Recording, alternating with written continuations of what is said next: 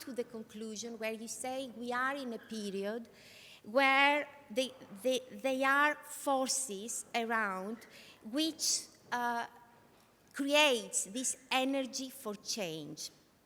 You just say that we are at a moment where we have a lot of people from different backgrounds which they come closer because they feel insecurity and they feel threats and they are afraid.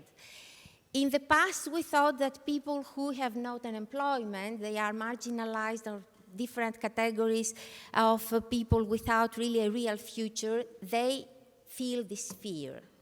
In your book, you describe that this fear in our days, because of the globalization, because of the economy, because of the digitalization, it comes also to categories, to cross categories with people who have a job.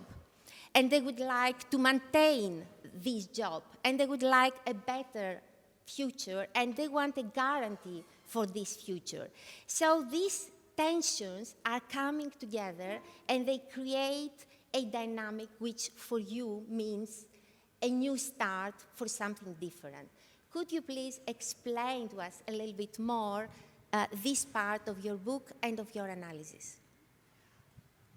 Now, one of the most surprising findings I was writing in the middle of the economic crisis is that actually capitalism is not in crisis, and especially 10 years after the financial meltdown of 2008 and 9, it is doing okay. Then let's not hold our breath that capitalism is going to collapse under its own contradictions. No, but it is not on the edge of collapse, and the title of the book is not Capitalism on the Edge, it is on edge. Indeed, it has become very defensive, anxious. Look at Davos this year. It was all about how capitalism should be made, compatible with or more kind to the environment. Last year it was all about how capitalism should not be creating so much inequality. So capitalism is on the defensive. At the same time, a research that was recently published by Cambridge University, also by Edelman Trust Barometer, showed that unprecedented number of people reject capitalism. 56% now, in the end of 2019, although the global economy is stable and unemployment is almost gone. So what is going on? 56% in the world, 69% in France. A survey in 2016 in the US, in the bastion of capitalism, showed that the young adults, most of the young adults, reject both capitalism and socialism. What's going on? It is a very, very special moment.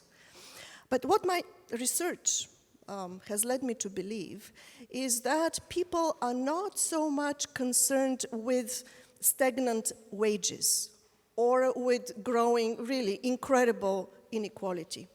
What they're anxious about is a growing economic insecurity. And so this is fueling hostility and anxiety, but the general political effect of this insecurity is we're all getting very conservative. That is why in the middle of the economic crisis, the vote did not go to the left, certainly not to the radical left like people were hoping or fearing, depending on who you are, but it went to the far right and to the right. So the same people who engineered the economic crisis got reelected. How come? It is exactly because people are getting so scared of change in circumstances of economic insecurity or precarity. I like to use the word precarity. It's a new word in the English language to capture that. Okay, there is the necessity for change. There is this anxiety against capitalism, and yet people are conservative. What do we do?